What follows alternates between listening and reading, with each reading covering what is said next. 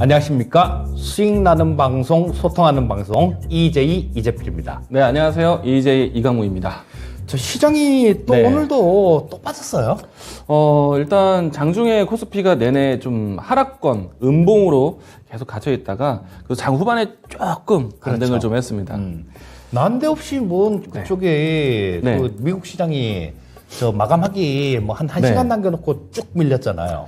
어제 나스닥이 좀 최근 좀 급하게 좀 내려온 경향이 좀 큽니다. 그래서 뭐 그런 부분들이 좀 이따가 또 이거 이런 얘기 좀 안 했으면 좋겠는데 포커스 EJ에서 네. 안 할 수가 없어요. 우크라이나 얘기는. 러시아, 우크라이나 얘기를 예. 빠질 수가 없겠네요. 예, 진짜로 참 거기서 뭐 화학 무기를 사용했다라는 뭐 네. 그런 얘기들 뭐 나오면서 좀 시장이 좀 안 좋은 모습을 보였는데 네. 뭐 일단 지금 뭐 다행히 우리나라 장중에서는 이 미증시 선물이 조금 마이너스권에 있더니 오늘 지금 현재는 뭐 조금 플러스권으로 돌아서 있긴 있는데요. 자, 네. 지금 뭐 오늘하고 내일 또 중요한 지표가 나오죠. 오늘은 CPI가 나오고 내일은 네. PPI가 나오고. 네. 자, 그래서 뭐 이런 부분들 때문에 좀 시장이 좀 되게 불확실성이 이렇게 많다 보니까 굉장히 좀 움직이는 게 좀 제한적인 것 같아요. 일단 시장이 이제 박스권을 완벽하게 그려줄지를 좀 이제 하방 테스트를 경험을 해봐야 될 것 같고요. 어제 같은 경우에는 우리 시간대에 중국 증시가 하락을 하면서 또 미증시를 좀 끌고 내려간 그렇죠. 모습이었는데 네. 그나마 다행인 거는 중국 증시가 좀 올랐다라는 거. 그렇죠. 네. 오늘은 중국은 반등이 좀 나왔죠. 네. 근데 우리나라만 오늘 이렇게 유독 좀 많이 빠졌어요. 저는 그래도 미증시 하락보다는 그래도 방어는 그치. 잘했다라는 생각은 드는데, 예. 일단, 막 앞에서 이야기 주신 것처럼 예. 러시아와 우크라이나 장기전의 이야기들 때문에 저희가 이제 어제도 이런 얘기를 했었잖아요. 러시아군의 전선 이동 예. 때문에 아무래도 좀 걱정은 된다라고 했는데, 아니나 다를까 오늘 장중에도 러시아, 우크라이나 때문에 반사이익 되는 종목들이 좀 움직였고, 장이 끝나고 시간에 다닐까 시장은 좀 보셨나요? 아니요, 시간에는 네. 안 봤어요. 시간에 이 거래에서 철강주들이 또 급등을 했습니다. 아마도 철강주들이 움직이는 배경은 뭐 뻔하게 그렇겠죠. 네, 러시아에 대한 또 이 장기화에 대한 우려로 올랐다라고 생각이 됩니다. 그래서 네. 우리가 이런 부분들을 그냥 듣고 넘어가면 그냥 말면 안 되는 게요. 네. 다 공부죠. 좀 여기서 이렇게 말씀을 드릴 때도 전에도 뭐 네. 특징주 많이 올랐던 부분들 네. 이런 부분들 이렇게 말씀을 드리면 뭐 그런 분들이 계시잖아요. 저거 다 오른 거 지금 얘기해서 저 뭐 사람 얘기야 이렇게 얘기하시는 분도 계시는데 네. 이게 시장이 계속 도는 거죠. 그렇기 돌고 때문에 있습니다, 정말. 돌고 네. 돌고 도는 게 시장이기 때문에 지금 뭐 이번에 그렇다고 하더라도 그걸 기억을 네. 해놓고 공부를 좀 해놓으면 다음번에 큰 수익으로 이어질 수도 있기 때문에 네. 뭐 항상 좀 어떤 저도 마찬가지로 뭔 얘기를 듣거나 뭐 이런 것들이 얘기가 나오면 기억을 해두려고 많이 애를 쓰거든요. 뭐 우리 시청자님들도 그렇게 해주시면 분명히 좀 이게 주식 투자도 하루 아침에 이게 뭐 잘하게 되는 게 아니라 계속 쌓이는 거잖아요. 오늘 요만큼 오늘보다 내일이 낫고 내일보다 모레가 낫고 그렇게 되면 나중에는 좀 이렇게 뭐 편안하게 어느 정도 좀 수익을 얻을 수 있는 그런 부분들이 있으니까 뭐 그런 거는 조금 기억을 해두시면 좋겠습니다. 네, 오늘도 유튜브를 열어놓고 있습니다. 저도 이 유튜브 창에 접속되어 있는 상태인데요. 여러분들과 또 소소한 이야기부터 해서 시장에 대한 걱정, 그리고 또 종목에 대한 이야기들까지, 모두 다 다루도록 하겠습니다. 자, 유튜브 창 많이 참여해 주시기 바라겠습니다. 자, 그러면 저 포커스 EJ로 네. 들어가 볼까요? 오늘 제가 예. 먼저 준비 순서가 될 것 같습니다. 오늘 제가 준비한 포커스 EJ는 마지막 거리두기라는 제목을 좀 가지고 왔고요. 사실 오늘 시간에 다닐까에서 러시아 관련해서 철강주가 올랐고 장중에 뭐 사료 종목 또 그밖에 뭐 에너지 관련된 종목들 움직임이 있었지만은 그래도 우리가 앞으로에 대한 시장을 준비한다면은 리오프닝에 대한 키워드는 상당히 되살아나지 않을까라고 생각을 합니다. 게다가 이제 지난 4월 3일날 이야기가 됐었던 거리두기 조정안이 이제 곧 있으면은 새로운 조정안에 대한 발표를 준비하게 됐습니다. 벌써 2주라는 시간이 지났거든요. 일단 자료를 하나씩 보면서 이야기 드리도록 하겠는데요. 이번 주 이제 개편안 발표가 나올 거라고 보고 있습니다. 그리고 특히나 마지막 거리두기 발표가 아닐까라고 보고 있고요. 그리고 이번에 이제 17일까지의 이 사적 모임 10명에 대한 내용들이 이제 다음 18일부터 적용할 내용들을 준비하는 것이기 때문에 아마도 정부에서는 15일 발표를 예상을 하고 있습니다. 자, 그러면 거리두기, 마지막 거리두기에 대한 해당되는 내용은 무엇일까? 완전한 이제 방역 체계를 완화시키는 거고, 이제 실내에서만 마스크 착용, 혹은 실외에서의 마스크 해제, 이렇게 좀 분별력이 생기지 않을까 생각합니다. 새벽까지 먹을 수 있다는 얘기인가요? 지난번 한번 이야기해 주셨죠. 네, 여러분 기억하십시오. 최대수에 주는 알코올. 방역의 완화는 예. 알코올 수요를 부른다라고 말씀을 해주셨죠. 네. 자, 이 때문에 알코올 관련된 종목들 분명히 움직임이 나왔습니다. 그리고 이제 근데 저는 이제 이제 좀 보는 포커스는요. 이제 리오프닝 관련된 섹터 중에 이처럼 사회적 거리에 대한 이 제한이 해제가 되고, 그리고 여러 가지 마스크 해제, 탈 마스크에 대한 정책을 기대하고 있기 때문에 그러면 어느 섹터로 볼까? 아무래도 미용에 관련된 얘기들이 나오지 않을까라고 생각합니다. 자, 이 때문에 실질적으로 미용에 관련된 의료기기 기업들의 움직임이 상당히 좋고요. 그리고 오늘 제가 준비한 내용들은 화장품까지 이야기 드릴 것인데, 우선은 첫 번째 자료 좀 보시면은 전체적으로 이 에스테틱 의료기기 관련된 기업들의 주가 향방입니다. 사실 이제 코로나 위기 때문에 큰 하락을 좀 맞이했었다가 지금은 영업이익률부터 해서 뭐 매출액이 급증하고 있는 시대이고요. 그리고 의료기기 같은 경우에는 특히나 미용에 대한 관심, 리오프닝에 대한 키워드뿐만 아니라 수출 매출 비중이 크다 보니까 지금과 같이 이 환율 상승에 상당히 수혜가 되고 있습니다. 그렇기 때문에 기업 실적 이번 1분기 때 좀 기대를 해보셔도 좋지 않을까라고 생각이 되고요. 다음 자료도 보도록 하겠습니다. 비슷한 추이가 될 것 같아요. 일단은 이 도표를 보시게 되면은 하단에 주요 의료기기 기업들이 있습니다. 뭐 예를 들어서 루트토닉이라든지 아니면은 제이시스 메디칼이라든지 뭐 클래시스라든지 이런 기업들에 대한 전체적인 매출액 변환인데요. 확실히 코로나 이후부터 해서 방역 해제라든지 코로나 추이에 따라서 계속해서 매출액이 좀 되살아나는 모습인데, 이번에 마지막 방역 해제라는 이야기가 나온다라면은 상당히 실적에 도움이 되지 않을까라고 생각을 합니다. 저쪽이 뭐 케어젠 이딴 것도 꿈틀거리고 굉장히 네. 좀 많이 꿈틀꿈틀거리고 있죠. 네, 일단은 중간 점검차 제가 종목 좀 보도록 하겠는데요. 가장 큰 움직임이 나오고 있는 거는 제이시스 메디칼이 아닐까라고 생각을 합니다.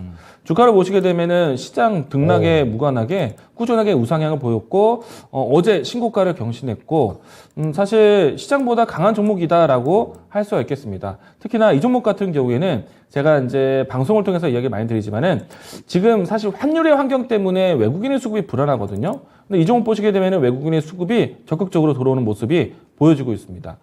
이뿐만 아니라 뭐 로닉 이 종목도 주가를 보시게 되면은 상당히 좀 강하게 진행이 되고 있고요. 그 밖에 파마 리서치, 사실 다양한 이 품목 안에서 미용에 관련된 종목들의 움직임이 상당히 강하다라고 할 수 있겠고요. 클래시스 같은 경우에서도 오늘은 조정이 나왔지만은 주가 변환되는 것이 시장보다는 강하다라고 할 수 있겠습니다.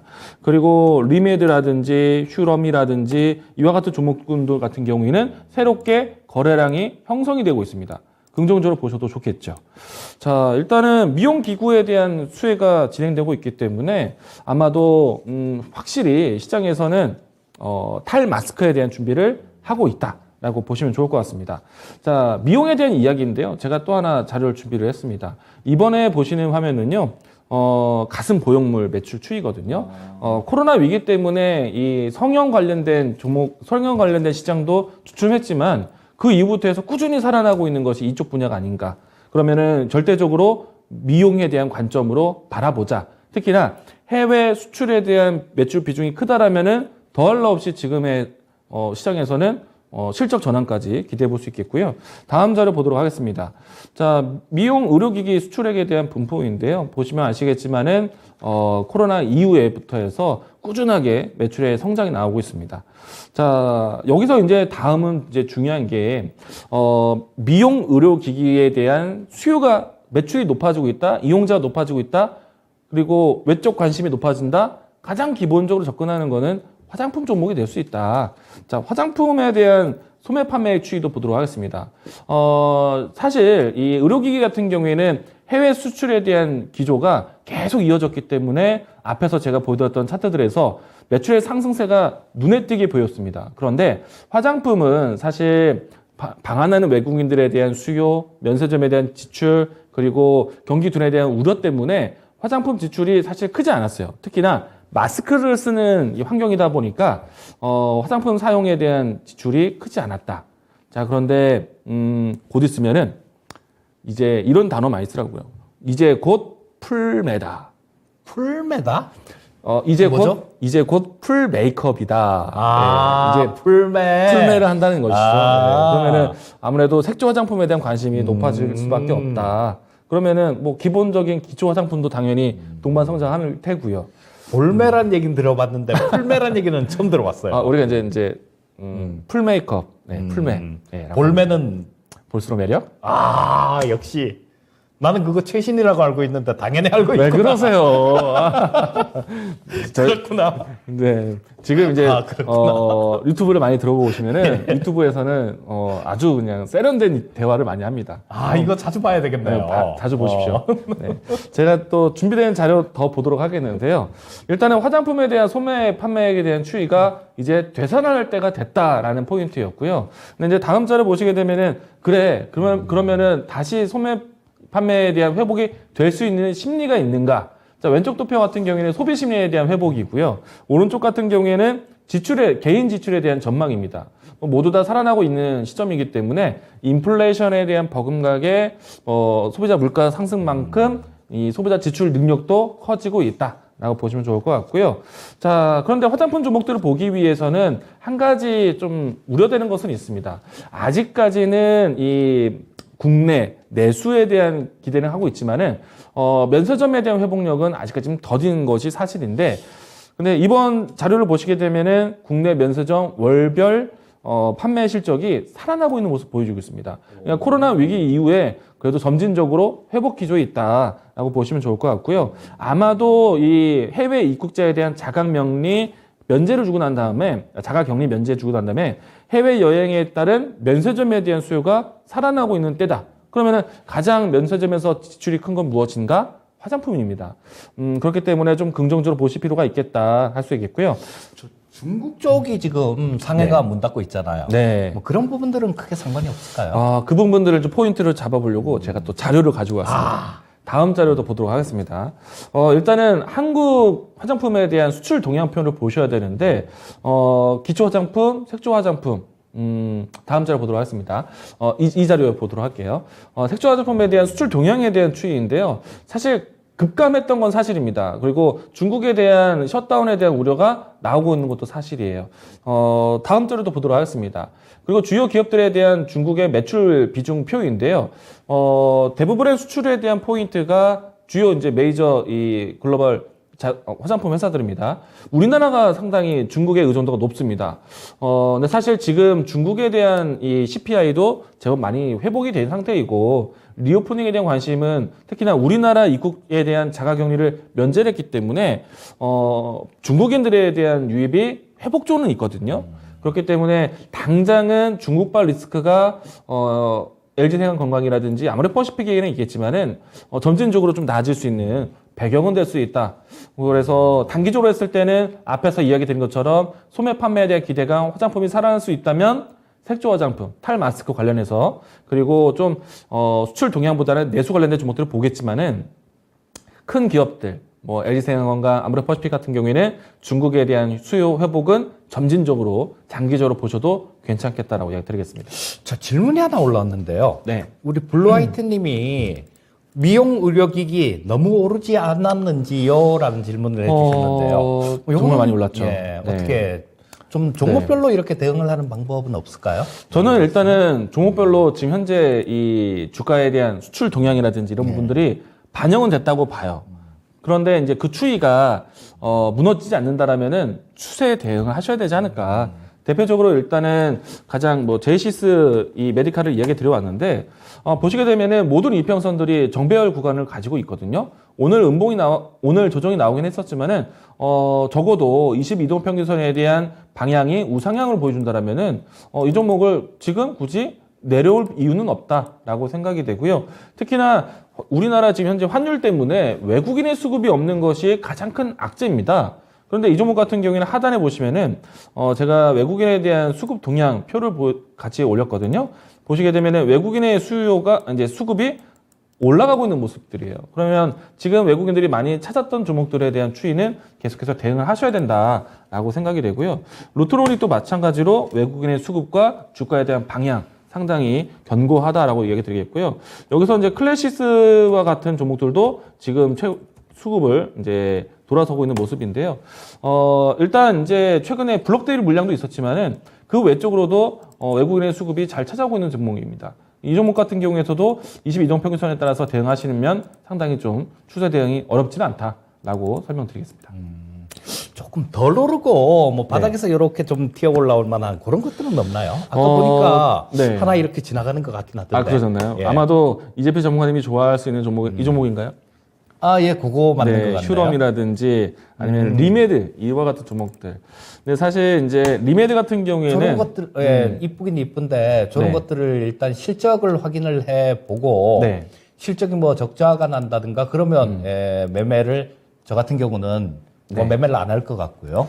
실적 부분들 이렇게 살펴보고 뭐 괜찮다라면 뭐 차트 모양은 좀 이뻐 보이나요? 네, 일단은 바닥권에서 돌아서는 모습 저도 같이 보여드렸는데 일단 리메드 같은 경우에는 체중 관리 관련된 의료 기기다 보니까 아무래도 이제는 체중 관리면 내가 해야 되는데 저도 사실은 요 밑에 가려놓고 있습니다.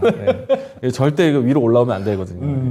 네, 아무튼 이제 체중 관리 관련된 좀 이 앞으로 이제 계절성도 있다 보니까 긍정적으로 보셔도 좋겠고 특히나 이제 수출 동향이 큰 기업들 위주로 많이 알려드렸습니다. 그렇다는 거는 지금 환율에 대한 환경에서 기업에 대한 실적, 만약에 이제 1분기에 대한 기업 실적을 확인할 때쯤 되면은 이들 기업들을 다시 한번 더 꺼내볼 수 있는 그런 계기가 될 거라고 봅니다. 저 파마리서치 같은 경우는 저거 뭐 신제품도 나오고 그러죠, 이제. 일단 저는 사실 미용 제품에 대해서는 모두 다 명칭을 다 알고 외우고 있지는 않아요. 그거 어떻게 다 외워요, 그걸? 네, 너무 많더라고요. 그러니까. 네. 그래서 저도 이제 이런 종목에 대한 앞으로에 대한 동향이나 이런 거를 추이는 따라가겠는데 이 제품은 이거고 이거 제품은 이거고 정말 많더라고요. 그래서 이때 이런 종목도 볼 때마다 저는 이제 와이프의 도움을 받습니다. 네, 전문가이시거든요. 아, 맞아. 그런 쪽에 조금 조회가 있다 그랬었죠. 아, 그런가요? 그런 아니, 그냥 얘기 관심이 있었던 많으신 것 것 같아요. 그래서 이 분야 쪽에서는 제 와이프가 전문가입니다. 그래서 이제 자, 일단 뭐 지금 뭐 거리두기 같은 경우는 좀 미국 쪽에서는 그런 얘기도 나오긴 해요. 앤서니 파우치 소장이 뭐 오늘 가을에 또 다른 뭐 유행이 있을 수 있다 그렇게 얘기를 하는데 그건 가을 얘기고 그렇죠? 지금 가을이면 멀었으니까. 일단 우리 국내에서 마스크 해제가 나올 수 있다. 그렇죠. 네, 실내 마스크는 착용할 거라고 예상하고 있는데 이제 거리를 마스크 없이 다닌다. 저는 상당히 생소할 것 같아요. 근데 이제 조금 더 얼리 어댑터 같은 경우에는 아주 자신 있게 좀 화려함을 또 추구하지 않을까. 요즘에 이제 그 패션 쪽이나 아니면 이제 메이크업 아티스트들의 트렌드가 화사함이라고 합니다. 왜냐면 그동안 억눌렸던 이 미를 조금 더 화사하게. 화사한 거면 뭐 색조 화장품 이쪽이 좀 더 좋을 수도 있겠네요. 네, 한 가지 딱 떠오르는 기업이 있는데요. 뭐 클리오 같은 종목이 색조 화장품 라인이 많거든요. 그렇죠. 근데 이제 이 종목이 이 기업에 대한 신뢰도가 조금 떨어져요. 아, 그래요? 그래서 이 종목에 대한 선택이 조금 손이 잘 안 간다라고 생각이 되고요. 이 때문에 뭐 이치 환불이라든지 이와 같은 종목들로 대체해서 보기도 합니다. 예, 알겠습니다. 이 리오프닝 관련되는 뭐 이런 쪽들 같은 경우는 지금 그 우리나라도 저거 변이가 환자가 오늘 첫 환자가 한 명 나왔다 그러더라고요. XE 변이 말씀하시는 건가요? 근데 뭐 그게 그렇게 크게 영향을 줄 것 같지가 않대요. 그리고 우리나라는 지금 거의 대부분이 네. 2차까지는 그냥 기본적으로 다 맞았잖아요. 아, 네. 2차까지는 기본적으로 다 맞았고 또 뭐 1,500만 명이 걸렸다 그러더라고요. 그렇죠. 그러니까 국민의 4분의 예. 1 이상이 벌써 이제 감염자니까. 그러니까 백신 3차까지 다 맞았던 코로나가 뭐 2차까지 1, 2차까지 맞고 네. 코로나가 걸렸든 네. 어쨌거나 어느 정도 면역력은 우리는 다 갖고 있다라고 그렇게 봐야 될 거고요. 뭐 네. 그렇게 되면 뭐 충분히 좀 좋을 수 있다라는 뭐 그런 생각이 들고 리오프닝 관련 섹터들 뭐 이런 거 말고도 다른 쪽도 뭐 알코올 관련된 것들이나 예를 들면 네.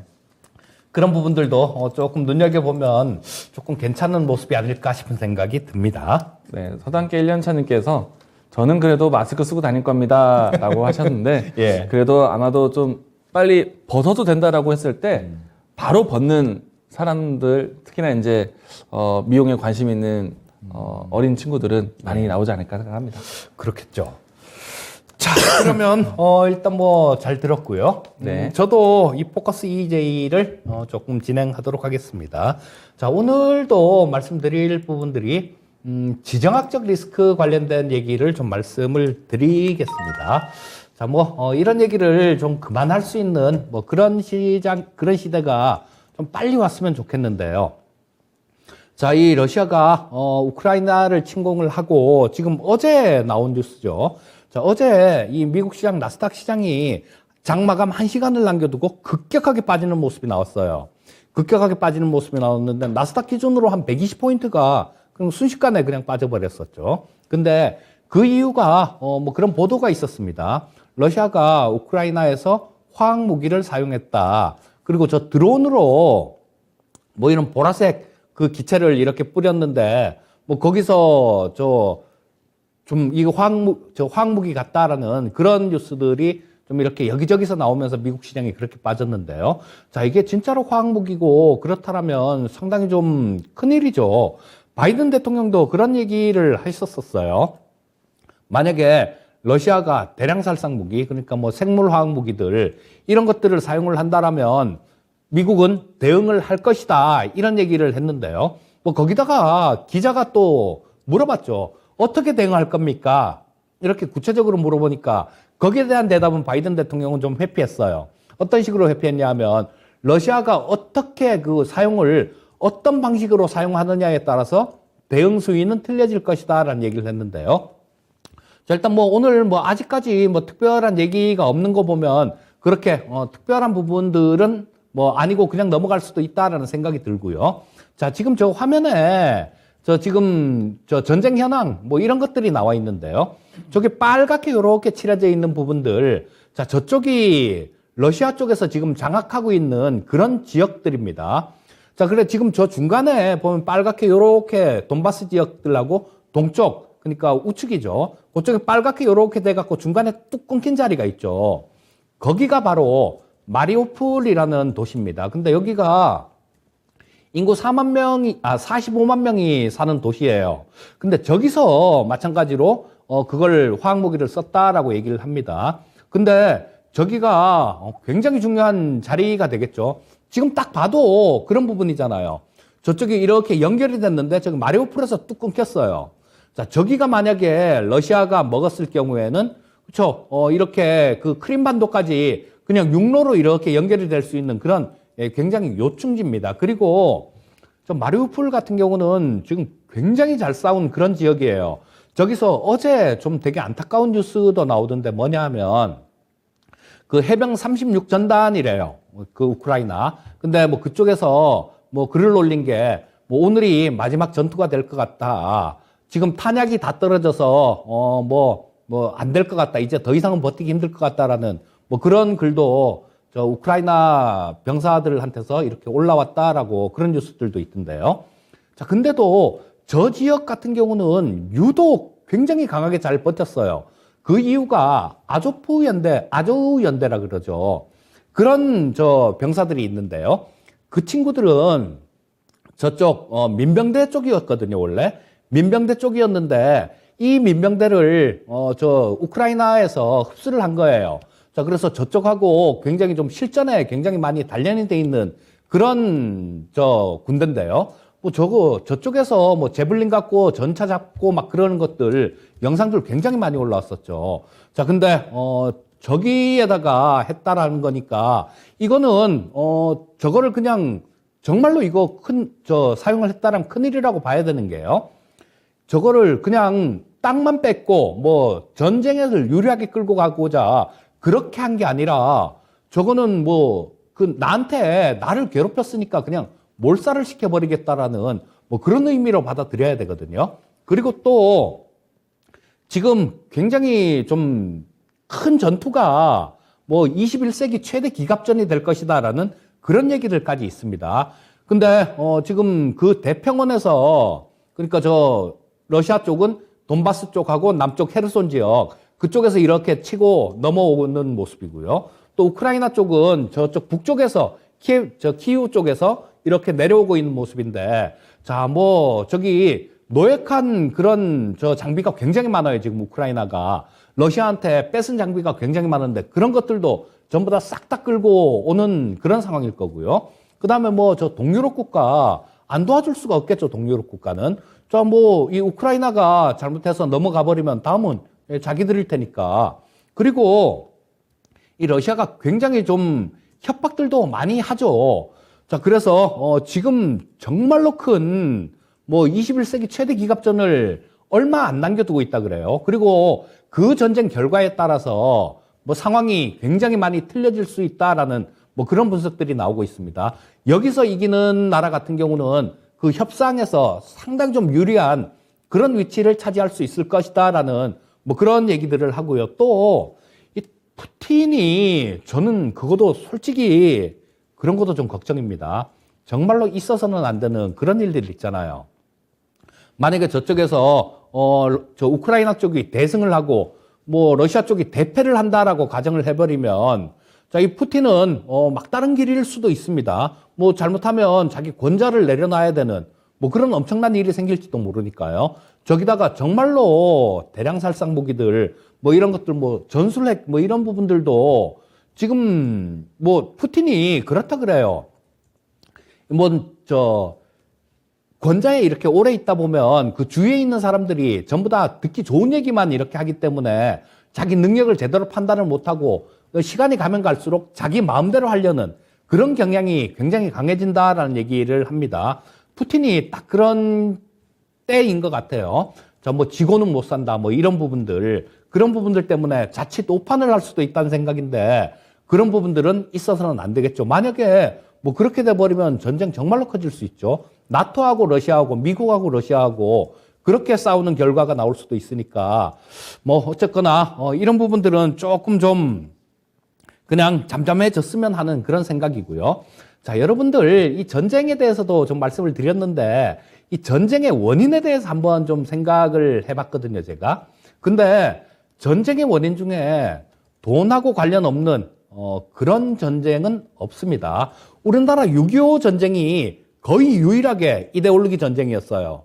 근데 이 경제적인 뭐 그런 이권이라든가 이런 게 없이 그냥 전쟁이 난 그런 부분들이었는데 이게 거의 이런 부분들이었고 전쟁은 거의 대부분이 돈하고 관련이 있는 그런 것들입니다. 자, 그러면 지금 러시아 같은 경우는 왜 이 푸틴은 왜 전쟁을 일으켰을까요? 이것도 경제적인 요인들하고 관련이 있다라고 봅니다.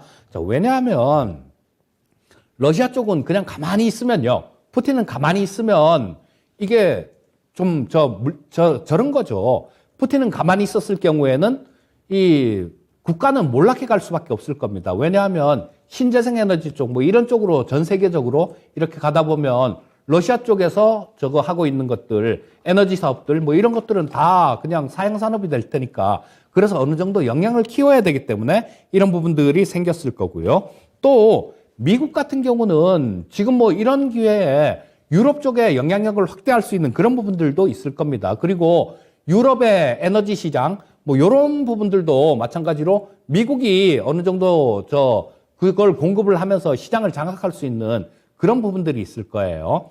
자, 그리고 중국에 대한 우호 세력들 뭐 이런 것들을 미국은 이 기회에 정리를 좀 하려고 할 것 같습니다. 러시아 쪽이 굉장히 강성해져 있으면 나중에 이 미국 같은 경우는 중국하고 최후의 일전을 겨뤄야 되는 그런 나라죠. 자, 그렇기 때문에 미국 같은 경우도 지금 현재 상태가 그렇게 나쁘지 않을 것 같고요. 중국은 러시아에 대한 러시아가 미국을 조금 견제해 주기를 바라는 그런 마음이죠. 속으로는 아마 대만에 대한 욕심들, 이런 부분들도 상당히 좀 있었을 거다라는 뭐 그런 생각이 좀 듭니다. 자, 이런 부분들이 뭐 속내라고 이렇게 보시면 될 것 같고요.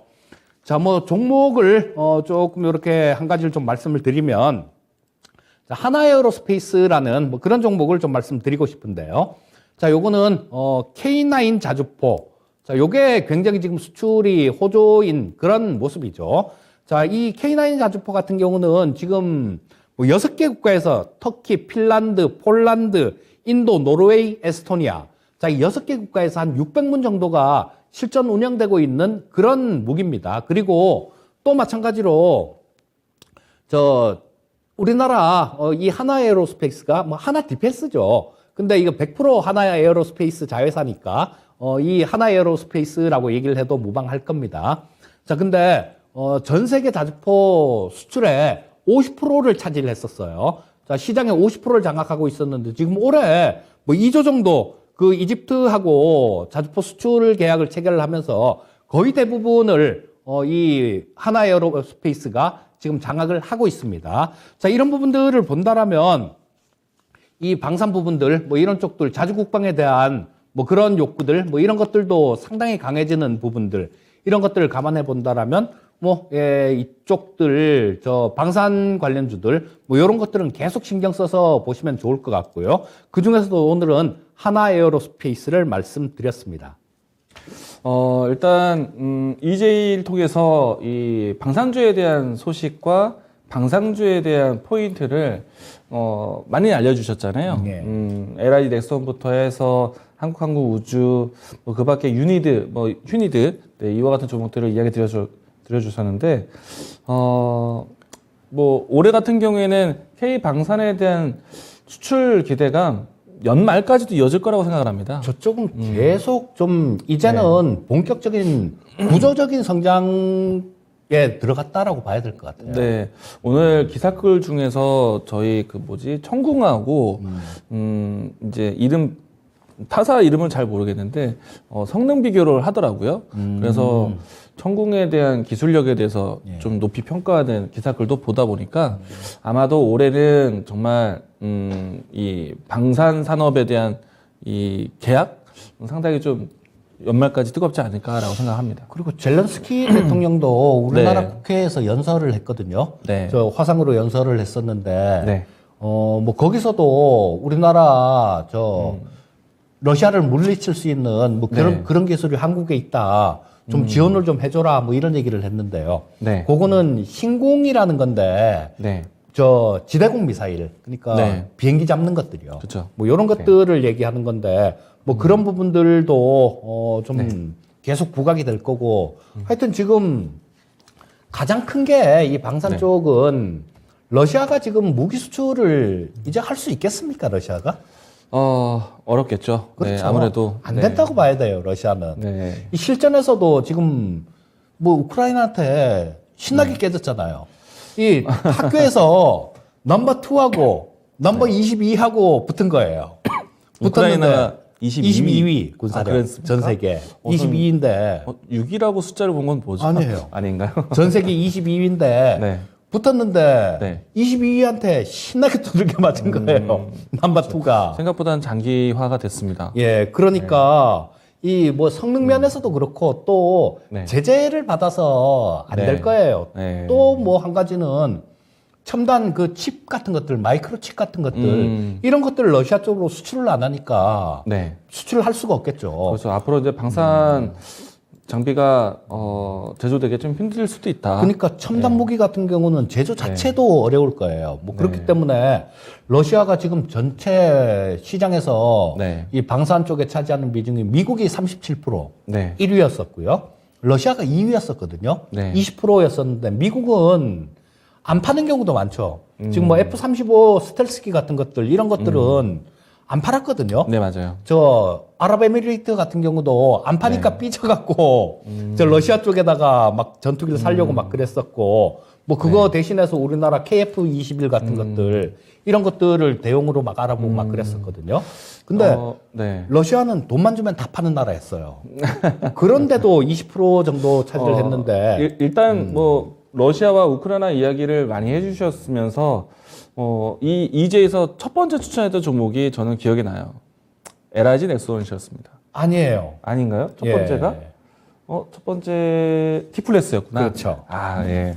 그리고 죄송합니다. 티플렉스 그다음에 세 번째 종목이 넥스원. SPG. 예, 세 번째가 LIG 넥스원이죠. 예, 그럴 거예요, 아마. 네. 날짜를 보면은 2월 17일 날짜입니다. 그쵸, 2월 17일이면 14, 15, 16, 네. 17. 네 번째 네. 시간이었었겠네요. 일단 LIG 넥스원 차트를 다시 한번 봐주시죠. LIG 넥슨 네. 같은 경우도 좋죠. 지금 뭐 좀 조정 이쁘게 좀 잘 갔다가 조정 이쁘게 받은 그런 모습이다라고 보셔야 네. 돼요. LIG 넥스원에 대한 위치를 보시면은 2월달 중순부터 해서 우크라이나와 러시아 좀 걱정이 좀 시작이 되었었거든요. 자, 근데 이제 이때죠, 이때 사실 그 이야기가 처음 언급이 됐을 때부터 해서 방산주에 대한 이야기를 많이 해주셨기 때문에 지금 뭐 고점 대비해서 내려왔지만은 매수 타이밍은 아주 또 사야죠. 그렇죠. 네. 또 그래서 사야죠. 이제 지금 진행되고 있는 주가 추세에 대한 설명 좀 부탁드리고자. 자, 일단 뭐 추세 자체는 네. 의심할 바 없는 지금 정배열 상태고요. 네. 밑에 다, 자, 뭐 이런 차트를 가진 종목이 거의 없죠. 없다시피 합니다. 작년에 6월 달에 고점을 찍었었나요? 3,300. 네. 고점을 찍었었는데 그때보다 뭐 다들 상당히 좀 많이 빠져 있는 상태인데 계속 꾸준히 올라오는 모습이었어요. 요거는 그 전에 올라왔던 부분들은 그 아랍에미레이트에 4조 2천억 정도 그 천궁을 수출하는 거 그런 재료로 인해서 꾸준히 올라오는 그런 모습을 보여줬었고요. 그 계약 체결을 하고 난 다음에 이때 좀 많이 뚝뚝 좀 밀리는 모습이었습니다. 계약 체결을 하고 재료 노출이다 이런 거였었죠. 1월 달에는. 그러고 난 쭉 밀리는 모습이었는데 이게 뭐 거기뿐만 아니라 지금 현재 상태에서는 사우디아라비아 쪽에서도 관심이 많고요. 그런 부분들이 있기 때문에 전 세계적으로 이런 무기, 우리나라 유도 무기 같은 것들 이런 것들은 지금 이제 막 부각이 되고 있는 그런 쪽이기 때문에 뭐 저 러시아가 20% 방산을 수출을 차지하고 있는 러시아가 빠진 자리에서 우리나라 같은 경우는 굉장히 큰 기회를 이렇게 맞고 있다라고 그렇게 보시면 좋을 것 같아요. 아까 말씀드렸듯이 그냥 구조적인 성장으로 들어섰다 이렇게 보시면 될 것 같습니다. 네. 일단은 보유하고 계신 분들은 꾸준하게 좀 들고 가셔도 좋을 것 같고 새로운 타이밍을 또 노려보시는 것도 좋겠다라고 정리를 해주셨습니다. 자, 뭐 질문이 하나 올라온 거 네. 있는데요. 네. 어떤 분이 대폭락에 접어들었다고 하시던데 리스크 관리 필수인가요? 하는 질문이 올라왔네요. 아무래도 좀 최근에 나스닥이 좀 급하게 내려왔고 그리고 아무래도 이제 우리나라 같은 경우는 환율에 대한 걱정도 나와 있고 그리고 최근에 와서는 달러와 강세, 원달러 환율에 대한 우려 얘기 나오고 있는데 사실 좀 놓치고 있는 부분들도 있다고 생각을 합니다. 제가 환율 차트 하나 보여드리도록 하겠는데요. 최근 우리나라 지금 현재 환율이 보시게 되면은 1,200원 선에서 지금 한 달여 이상 머물고 있는 거거든요. 그러면은 우리나라 시장에서 좀 위기 발동될 수 있는 환율 가격이 1,250원 정도 밸류라고 생각을 합니다. 그러면은 지금 거의 근접한 상태에서 환율 리스크를 좀 크게 따지고 있습니다. 근데 이런 상태에서 지금 외국인 수급도 불편한 상태고요. 근데 여기서 또 놓쳐서는 안 될 포인트가 N달러에 대한 추이입니다. 보시면은 지금 우리가 흔히 말해서 N저 정책을 펼치게 되면은 아무래도 수출 경합도가 높은 우리나라는 사실은 좀 피해를 보는 형국으로 보게 되거든요. 근데 이제 오늘 N달러도 상당히 좀 강세를 보여주면서 지금 N저 현상에 대한 부분들도 이제는 좀 의식해야 되지 않을까. 분명히 의식을 진작부터 했어야 되는데 상당히 좀 불편한 주가 이제 지수 흐름이다라고 이야기 드리겠습니다. 자, 누가 저렇게 대폭락에 전환 이런 자극적인 그런 용어를 쓰는지 모르겠는데요. 네. 나래님 저런 좀 자극적인 용어를 쓰시는 분들 같은 경우는 못 믿을 분들이 대부분이에요. 그러니까 뭐 어떤 분이 그런 말씀을 하셨는지 모르겠는데, 자, 이게 꼭 저런 용어를 안 쓰더라도 그런 부분들이 있었죠. 올해 뭐 저도 마찬가지로 올해 초에 그런 얘기들을 좀 많이 해드렸었습니다. 그때는 지금보다 주가가 상당히 높이 있는 그런 상태였어요. 위기 극복 3년 차.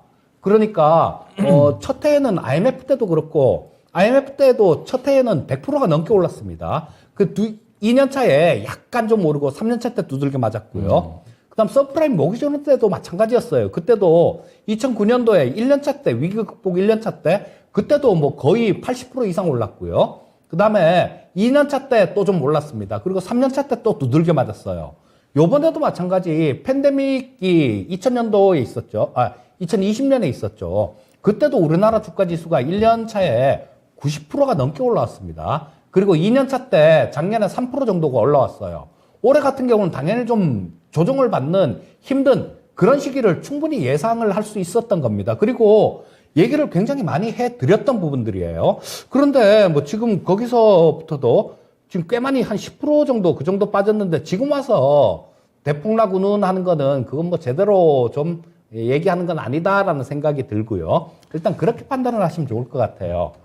일단 다양한 의견 속에 또 얘기를, 긍정적인 얘기를 만들 수 있는 거니까요. 용어 자체를 대폭락 이런 얘기를 자극적인 얘기를 하면 그건 곤란한 거고 그건 곤란한 거니까요. 네. 자, 그래서 일단 뭐 여기 전 저점 그러니까 2600포인트 초반에 전 저점이 있으니까요. 이 가격대는 그렇게 쉽게 깨지는 않을 것 같습니다. 뭐 좀 빠진다고 하더라도 일단 이쪽에서 한번 지지받고 움직이는 모습 나올 테니까 그런 것들을 또 좀 반등이 나오면 네. 그때 좀 보고 판단을 하시면 좋을 것 같고요. 지난주에만 하더라도 이 시간을 통해서 조금 시장 좀 조심하십사하고 리스크 관리 좀 하십사하고 말씀을 드렸지 않습니까? 그러니까 뭐 그런 부분들 참고해서 생각을 좀 하시면 좋을 것 같습니다. 제가 그래서 이 유튜브 창에 글을 하나 남기려고 하는데요. 우리 이재필 전문가님은 대폭락을 싫어하십니다. 네. 앞으로 아니, 좋은 이야기들, 좋은 환경에 대한 뉴스들 전달해드리도록 하겠습니다. 나만 있다라면요. 네. 폭락해서 나쁠 것도 없어요. 저 같은 경우는 파생에 관심을 좀 많이 갖고 있으니까. 네. 변동성 커지면 옵션 쪽에서는 상당히 좋을 수 있거든요. 이렇게 생각해 보는 건 어떨까요? 이재필 전문가님도 대폭락에 대해서 좀 민감하셨지만은, 시청자분들도, 네, 대폭락이라기보다는, 좋은 기업 싸게 살 수 있는 기회. 예. 그렇게 예. 다음 얘기 넘어갈까요? 네. 예, 넘어가죠. 자, 그러면 이제는 네. 뭐 시간이 거의 다 됐으니까 저런 쪽으로 넘어가죠. 자, 추천주? 추천 종목으로 넘어가죠. 예.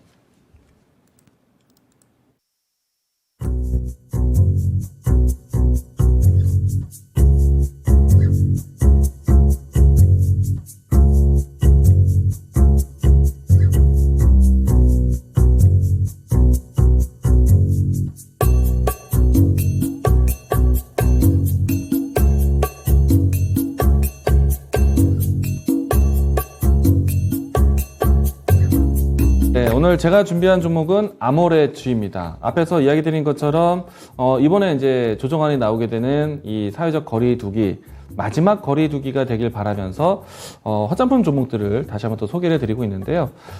제가 이제 최근에 와서 의료기기 관련된 종목들을 소개를 많이 해드렸습니다. 그만큼 좀 미용에 대한 관심이 좀 높아지고 있는 때이기도 하고, 기업에 대한 턴어라운드를 만들고 있는 때이기 때문에 아무래도 리오프닝에 대한 키워드에 가장 빠르게 대응할 종목은 화장품 종목들이 아닐까 생각을 합니다.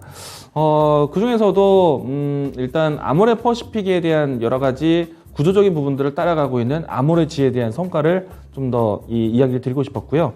우선은 이제 최근에까지 아모레퍼시픽이 구조조정을 좀 보였습니다. 그리고 그동안에 아모레퍼시픽이 화장품 기업들에 대한 M&A를 아주 공격적으로 해왔었는데, 그렇기 때문에 지금 탈마스크에 대한 키워드가 나온다라면은 그들 기업들에 대한 턴어라운드, 좀 화장품 전반적으로 이 시장에 대한 인식이 바뀌어가지 않을까 기대를 해볼 수 있을 것 같습니다. 그리고 이제 명확하게 말씀드리면은 중국에 대한 리스크는 분명히 아직까지는 좀 존재를 할 것 같습니다. 근데 이 부분들이 주가에 상당히 반영이 됐다라고 좀 보여지고요. 무엇보다도 정부에서 탈마스크, 그러니까 사회적 거리 두기 해제에 대한 이 뉴스는 상당히 시장에 대한 자극적인 모멘텀이 될 수 있다라고 긍정적으로 이야기 드리도록 하겠습니다. 그리고 이제 아모레퍼시픽 내부에서 전반적으로 색조 화장품에 대한 브랜드 라인이 상당히 많은데 색조 화장품에 대한 브랜드 라인은 LG생활건강보다는 좀 더 많습니다. 이 부분들이 좀 긍정적으로 해석이 될 것 같고요. 아모레지 같은 경우에는 대부분의 매출이 아모레퍼시픽에 의존이 되어 있지만은 그 밖에 또 매출에 대한 구성이 이니스프리라든지 에뛰드 이와 같은 매출표에서 색조 화장품에 대한 효과가 상당히 좀 긍정적으로 시그널이 될 수 있다고 보고 있습니다. 자, 그러면은 아모레지에 대한 주가 흐름 보도록 하겠는데요. 중국발 리스크에 대한 부분들은 사실 방한하는 중국인들에 대한 수요가 급감한 상태에서 주가에 상당히 반영이 됐다고 보여집니다. 그리고 리오프닝 관련된 종목들이 최근 이 해외 입국자에 대한 자가격리 면제부를 주고 난 다음부터에서는 바닥을 확실히 잡았다고 생각이 되고요. 그리고 여기에서 이제 방역 해제, 탈마스크와 같은 정책이 나온다라면은 화장품 종목들, 대부분의 종목들이 추세를 그리지 않을까 보고 있습니다. 아모레지 같은 경우에는 바닥을 확인하고 난 다음에 박스권 돌파를 좀 보겠고요. 그래서 현재 매수가 진입은 시초가 이야기 드리겠고, 1차적인 목표가는 54,000원대까지, 상단에 있는 매물 소화 상단까지 이야기 드리도록 하겠습니다. 손절 라인 때는 42,000원 제시하겠습니다.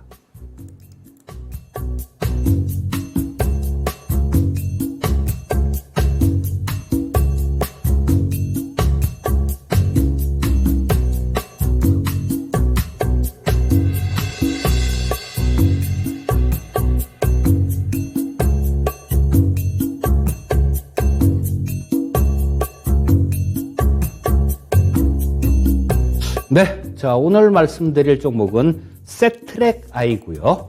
자, 이 세트랙 아이는 조금 작은 종목이죠. 자, 근데 국내 유일의 위성 시스템 개발 업체입니다. 자, 그래서 이런 부분들이 위성하고 관련되는 부분들은 아까 말씀드렸던 그 방산 뭐 이런 쪽하고도 일맥상통하는 그런 부분들이 있죠. 자, 근데 지금 위성을 쏘는 뭐 그런 부분들이 상당히 좀 비용이 저렴해졌죠.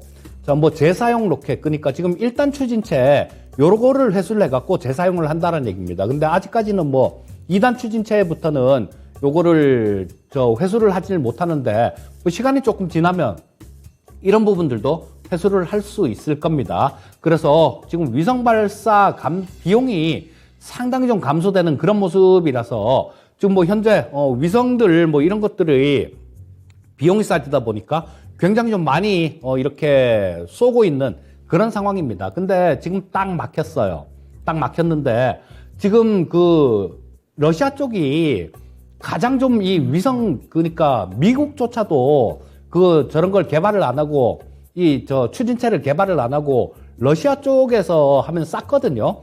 이 콜롬비아호 같은 경우가 뭐 1조 한 2천억 정도? 그 정도 비용이 들었다 그래요. 근데 러시아 쪽에 위탁해갖고 위성을 쏘아 올리면 뭐 1,000억도 안 되는 그런 돈으로 할 수 있으니까 개발을 안 하고 그냥 러시아제를 썼습니다. 근데 러시아 쪽에서 이제는 더 이상 그렇게 뭐 비우호국들 뭐 이런 쪽에다가 위성을 궤도에 올려주는 그런 작업들을 하지 않을 것 같습니다. 한 가지 예만 들어도 원앱이라는 회사 있죠. 위성통신을 하려는 그런 기업이 있는데 이쪽에서도 위성을 쏘아 올려야 되는데 러시아 쪽에서 원앱의 지분을 영국 정부가 많이 갖고 있기 때문에 그래서 우리는 못 해주겠다.